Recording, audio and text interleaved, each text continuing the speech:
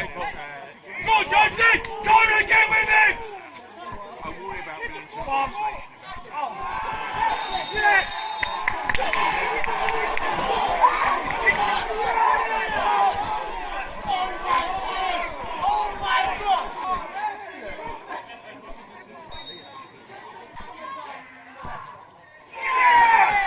Come on, get the ball in the line!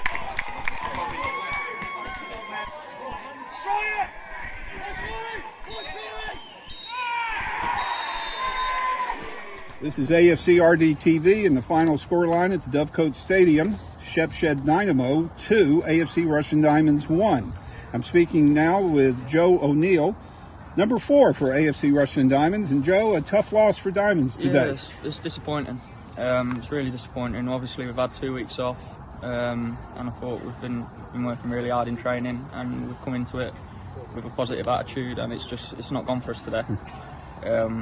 Yeah, so that's all I can really say on that, really. It was tough to give up a goal so quickly, only in the 9th minute by Milwan Yongo, and all of a sudden Diamonds are already trailing 1-0. Yeah, but it was like that 2 weeks ago against Anstey, like conceding early, and then we're always against the run of play. But I don't feel like we crumbled at all. I thought there was times in the game where we were the better team, but it's just sometimes going forward we're just not getting the chances, and I can't really put my finger on it at the moment. And to their credit, Shaquille Master with a heck of a goal in the 40th minute. George Rose didn't really have much of a chance from about 25 yards into the top left corner of the net. So you find yourself trailing 2-0. What was the mood of the team at halftime? You know what, we came in on a positive, because like I said, the gaffer said it's probably the best that we've played all season on the ball, but the red cards obviously killed us, and you can't help him stanching one from 25 yards. So it's just one of us football. It's just one of them. Truthfully, I thought the referee lost a little bit of control of the match in, say, the last 5 to 10 minutes. Yeah, that was a crazy ending, wasn't it? I think there was decisions throughout the whole game that he's probably going to look back and think maybe it was the wrong decision. But that's, like I said, it's football again. Like, you can't do anything about it. You have to get on with it. But yeah, there was definitely times in the game where I feel like he lost the game a little bit. Well, in the 90th minute, Will Jones, who had come into the game in the second half as a substitute, Jonesy kept his cool and was spot on the penalty kick, and now you're trailing only 2-1. Yeah. It was a mad finish, and then all of a sudden, all hell broke loose in the last couple of minutes. But it's just, I thought, again, like, we've scored the penalty in the 90th minute, but we've had chances again. We've had chances towards the end of the game, and it was the exact same, carbon copy of the Anstey game. Last 10 minutes, we came at them, and we had chances, but we just can't. We don't have any luck at the moment. So personally, Joe, you're still fairly new to the team. Yeah. How have you found it so far with AFC R&D? I've really liked coming in. I've been in probably 3 weeks now, and I'm just happy to be enjoying my football again. Obviously, I've been out for probably a year, I'd say, without playing, just through injuries. But the gaffer and the assistant, they've been really good with me. The lads have welcomed me, and I'm really starting to enjoy my football again. So hopefully we can kick on, start getting the results, and me personally start getting as many minutes as I can now. Well, very good, Joe. Thanks for your time, and hopefully we'll turn it around against Walsall Wood. Yeah, 100%. We'll have to dust ourselves down and go again. Thank you. Michael, it's a 2-1 defeat on the road here today. How did you see it? Joseph, it's frustrating. Times they're clearly a better team.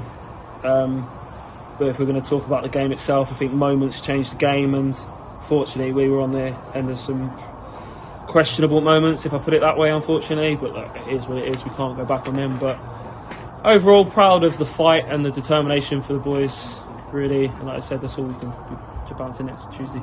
Do you feel it was a case where, similarly to Anstey, we just left it a little bit too late to score and given ourselves too much to do in too little time?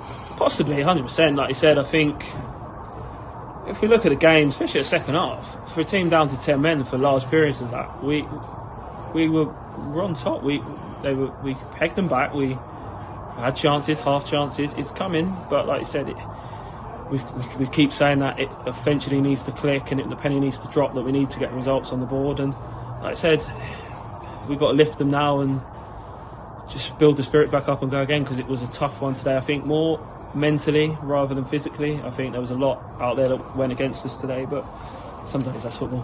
What did you make of your side's reaction after going down to 10 in that first half? we said it now. I think, especially that first half performance, it was some of the best football we've played all season. I think we were brave on the ball, we were patient on the ball, and we were finding little pockets, and we were playing through the midfield. And like I said, we were creating chances. We nearly scored in the first 10 seconds. Don't forget, with Cairo, just couldn't get it back across the goal.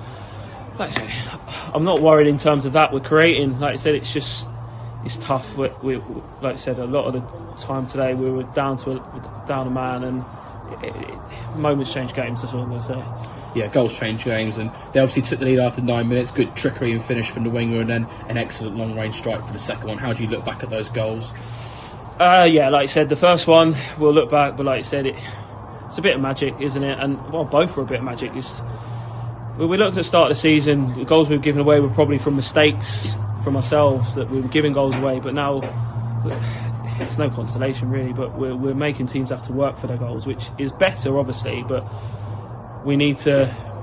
We'll look back at it. There will be bits that we can obviously improve on defensively, but in terms of little too late, yeah. But I think that just shows the fitness levels of the boys. They keep going. They never say die attitude, and at the end of the day, as a gaffer, that's what I need at this moment where we are. We're coming out of a period where we've not had a lot of games due to postponements and things like that. I think prior to today, we'd only had one game this month. You're now entering a period where you've got a lot of games. You've got 8 more to come before the end of the calendar year. How do you look ahead to this next period and the month of December? Yeah, I think it's tough when you, like you said, you're playing and then you've got a couple of weeks and you play, and it's tough because, like you said, you can train and you can keep the fitness levels up, but it's that match sharpness we need. And like I said, now with these good run of games, like I said, we'll bounce into them, and I think we'll be better off for it. I think hopefully we'll put a nice little run together in this Christmas period, and like I said, we'll look back at this and say this was the turning point of the season. Like I said, that's how we're viewing it, and we're going to give it everything we've got in these next 8. You mentioned in your interview a couple of weeks ago that bar maybe 1 or 2 players, this is the squad that's going to take us forward. How confident are you that this group of players can try and get us out of the predicament that we're in? I sit there, Joe, and I think, like I said, you've got to look at large parts of that game, and we have a very good team, and I think it's tough because, like I said, at the end of the day, the results and the positions don't lie where we are at the minute. But like I said, they're a good group of players, and once it's trying to get them to realise that. I think at the moment they're so low on confidence, and there's things maybe where, especially in the final third, where maybe we should hit it a bit earlier, and it's just like I said, they're just maybe not fancying themselves maybe, but like I said, it'll come, and we will continue as a group to encourage each other and push each other on. And I said, we're a good side, and I feel like we've got enough certainly to get out where we're at. And just lastly, it's a quick turnaround before we welcome Walsall Wood to Hayden Road this Tuesday. We've obviously had a couple of red cards today that might take effect for them. We've got a couple of injuries in the camp as well, so can you give us any early sort of team news insights ahead of that one at all? Yeah, like I said, it's a tough one. Best thing for me is let the boys recover today, and like I said, we need to see where we're at with the two red cards. And like we said, we've got to see where the boys are, how they're feeling tomorrow and the next couple of days. Like I said, it's going to need everyone quite clearly. We've said that all along. It's not an 11 and it's not subs, it's everyone. And like I said, people are going to now have to step in and, like I said, take their chance. And they've got that shirt, keep it. Like I said, if we can pick up some points now, it's going to be hard to drop players. So, like I said, it's a great opportunity for some lads, and like I said, we've got to keep going. Well, thanks for coming to speak to us, Mike. We'll see you on Tuesday. Tuesday. I don't need love.